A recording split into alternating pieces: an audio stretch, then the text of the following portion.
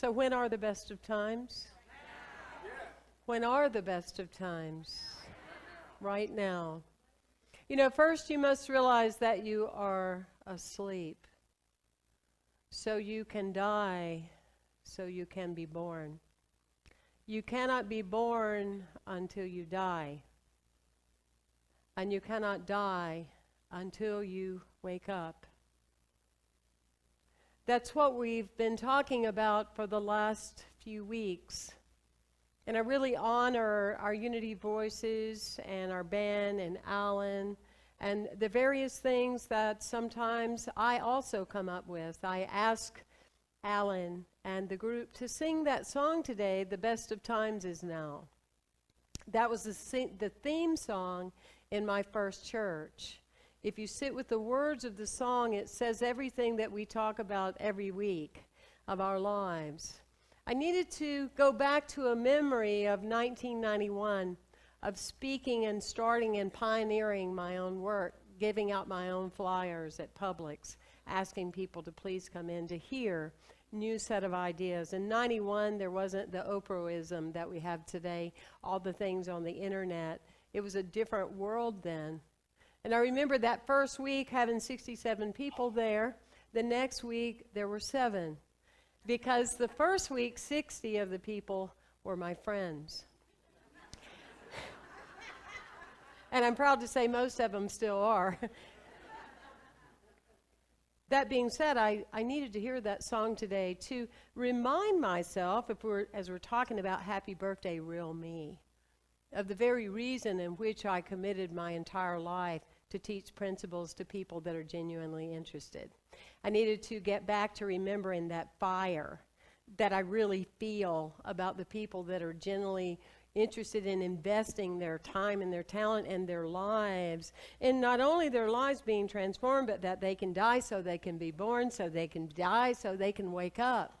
I wanted to be part of a group of people, as I thought about years ago, being with people that are awake, that want to go somewhere beyond where they've already been. So anyway, the best of times is now, right now, absolutely. You know, last week, a couple of weeks ago, we were away in Alaska with 45 other people. And myself and Ann Shepard, we had a birthday, but we had a different kind of birthday, in that both of us, our real birthday is September 23rd, 1987, same date. And we celebrated on the ship 28 years of sobriety. You know, God through us. God through us. And that is kind of the gist of what we're talking about today, is we're talking about the habits that we have in our lives versus our personality and where our personality wants to be with those habits. So, for example, what I recognized in early sobriety, even though there were many people that stopped the habit of drinking, they never stopped the habit of what their personality used to do while they were drinking. Triangular relationships, drama, you know, talking about other people, all wound up, all high vibration, still implying a struggle. Yes. Oh, it's hard. It's a struggle. I always tell a number of people in a very loving way, don't be on the billboard to reflect sobriety, because you're not saying that it is what it's supposed to be. But you look at our own lives, you look at each of us, that just happens to be an area that I specialized in, if you will. But you look at individuals that divorce, but never really divorce. They divorce the habit. They say to the person, you know, I know you love me, but love isn't enough. They divorce the circumstances, but yet their personality still plays out the stories and all the conversation with their children and then their grandchildren and those kind of things. You look at people that actually become successful. They break the habit of feeling broke. They break the habit of feeling like they're not enough or that they don't deserve. But yet their personality still shows and says that same kind of language. And they go around the world chanting of how we just don't have enough to go around. We have enough to go around on our planet for every man, woman, and child and pets to be millionaires. Our problem is not that we don't have enough. Our problem, as Edwin Gaines says, I didn't make this up, is distribution. It's distribution. It's distribution. So we break the habit of how things are dispersed. We break the personality of the acceptance when we speak abundance, that we're not really living in abundance. So there's that part, and that's what I ask you today. What habit have you changed, but yet your personality is still in the old you, still affirming the way you used to be, still affirming? I did a wedding yesterday, and there was a woman there that was in her 70s. Were you there? Are you still there? I did a wedding yesterday. Oh, I love it. I love that. I love being taken off guard. That was my training from a dysfunctional family. Anyway, I did a wedding yesterday, and there was a woman there and said that, that was an area of her life that she had never achieved yet. And said she was in her 70s, and she had not really understood what true love is. And it's like the best of times is now. It begins now. It's right now. Then that's what you came here for, was really to achieve that. And you can and you will if you allow the habits to override and have your personality come with you. Not live life like this. I'm going this way, but I'm still being pulled back that way, So it's in that space. Rosa Parks, with the civil rights movement, she was very clear because she had developed her personality to respond to the habit. And every time someone that wore a uniform came around, this beautiful African-American black woman jumped up out of her seat because she knew they were going to say, "You can't sit there." And so that's what she would do. It was a habit, and her personality was in agreement with her about that. Until one day, on that particular day, she decided, this is the day I'm going to break the habit. And I'm going to invite my personality to come and stand with me side by side. And she stood in that space and she said, this is my seat and I'm not moving. This is my seat and I'm not moving. Where are you with your seat? This is my seat. I had dreams, I had ideas, I had thoughts, I had things that I've changed. I left that guy because I was going to go do this. I traveled across, I left that country because I was going to come here and do what? What is it that is your seat? And what is your seat to do in life? What is your seat to give? And with the habit, the personality walking hand in hand, yes? So what is that? There is a scripture that I think says that very thing. It says very clearly, you can read it with me if you want. Therefore, if anyone is in Christ's consciousness, the new creation has come. The old has gone. The new is here. I put the word consciousness because we're not talking about Jesus the person. We're talking about the embodiment of him understanding he didn't draw from his personality. He drew from spirit. It is not I, but the Father within me who doeth the works. I'm working with a consciousness. And so in working with a consciousness, it says the old's gone. The new's here. Can our personalities accept the new is here? Say that with me. The new is here. Yes. I'm mindful of, it's not in the book. I thought, I need to put a little new stuff in there just to make sure you're paying attention. I'm enjoying getting to know the author of this book. It's kind of neat. But that being said, I'm mindful of the woman at the well. Because the woman at the well, at the famous Jacob's well, was there because she was bewildered, she was thirsty, and she had made a mistake. As we all do. And she went to the well because she was thirsty. And Jesus came along and sat down beside her with an open heart and a being in the present moment. And Jesus, being who he was willing to be for her, he said, draw from a living well, draw from living water, and it will change you. If you just drink your regular water, what you've already been living by, if you keep drinking the knowledge you've already been using, you're going to be thirsty again. But if you learn to drink from true knowledge, you will be living, vibrant, and dynamic.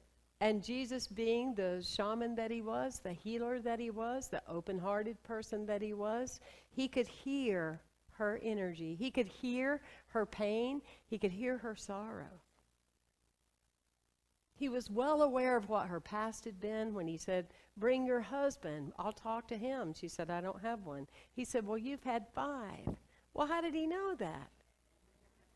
How did he know that? Nobody went back and wrote that in. How did he know that? He picked it up because he was into listening. Because he was drawing from something different, right? And here's what he said that most people don't talk about. He said to her, you people worship what you don't know. And we worship what we do know. You people, you Samaritans, you're in the situation in your life because you worship what you don't know. But we, the people that are coming into a new light, working with new laws, we worship. We worship what we know. What was he telling her? You have influencers in your life that are telling you things that are not the truth, and you have bought it. You have bought it. I had a call this week with a famous author traveling all over the country, and she's going through some physical things, and her energy is low, and I offered to just see if there was anything I could offer. And so she told me about one medication that she was taking over the counter, and I said to her, well, have you, you're taking 2 times a day? Yeah, that's what the box says. I said, well, who said what the box says?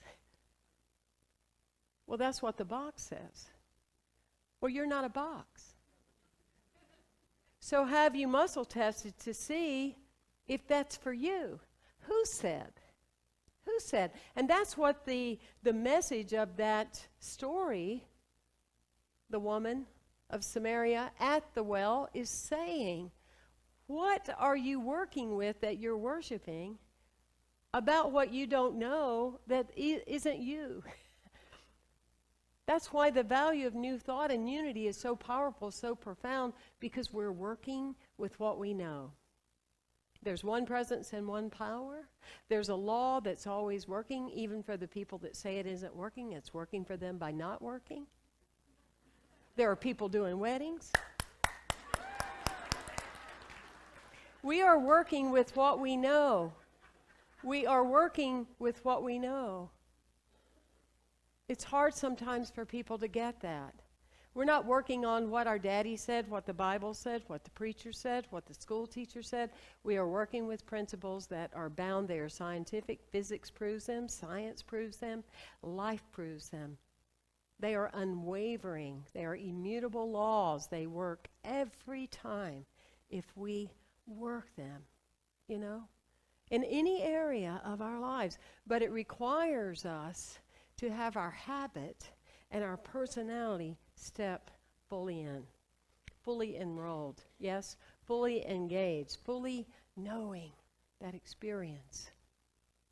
We decide in life, like the Wizard of Oz, do we want to be the good witch Glinda or Glenn?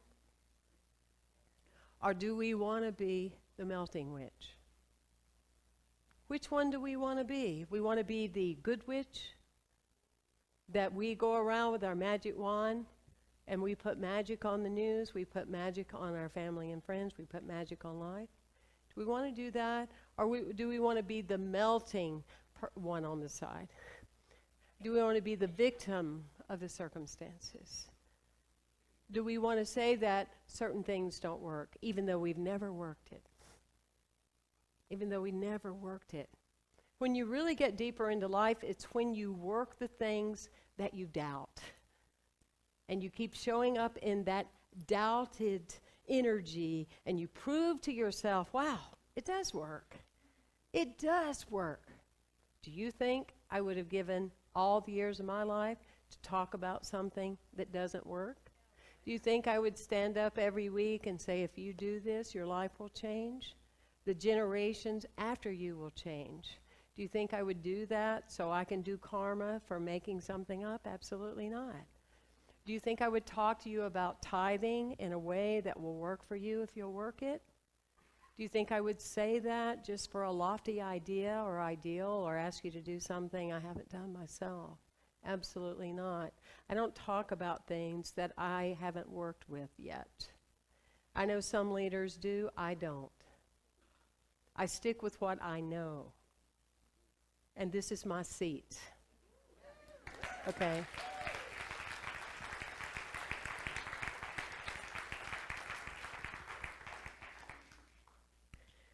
I'm reminded of it's the only thing about channeling, you don't know where you're at. The best of times is now. In closing, I'm reminded of the beggar at the gate that realizes there's a happy birthday. That's what we're talking about. Happy birthday, real you. Who are you in the real you? Not for someone else, something else, a condition. Who are you in the real you? So there is the beggar at the gate, and he sees the happy birthday and he wants to go in, but he doesn't have the right attire. He knows he can't go, they're not going to let him in, so he said, please, can I speak to the king? Or someone that works with the king? I want to go. I want to go to this happy birthday experience. I want to do it. So they take him, and they take him directly to the king. The king says, what do you need? He says, I want to go, but I need clothes. He said, fortunately for you, you're the same size as my son. Go to my son and tell him to give you an outfit. So he does. He gives him an outfit of royalty. And he's there. And the new essence of who he is, he's in his royalty. Yes? And so he's in that space, but then he looks back. And he says, gosh, I'm going to need these. I got to have these. I've been carrying them around all my life. So he goes to the banquet table, and he carries his old rags. And everywhere he goes, he takes these rags. He takes these rags. He's not known as a person of royalty. He's known as the guy with rags. What about you? What rags? Knowing your royalty, tell your personality you're not rags. What are you holding on to? That's your story. And that's our story today. God bless you. Thank you for coming. Thank you. Thank you so much. I appreciate it.